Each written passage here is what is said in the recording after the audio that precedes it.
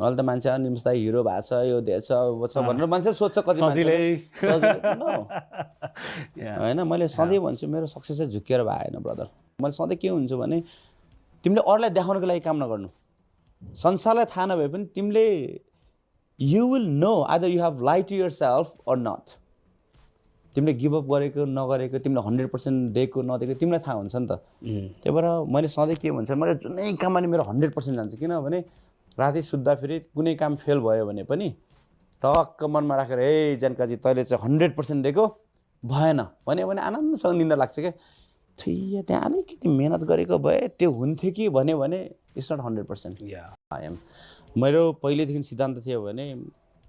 जन्म कन्फर्म भएपछि मृत्यु पनि कन्फर्म छ होइन किन यति सानो कुरामा लोभ गरेर संसारलाई रुवाउने जरुरी छैन नि होइन राम्रो काम गरौँ सबै हाँसुन् सबै खुसी हुन्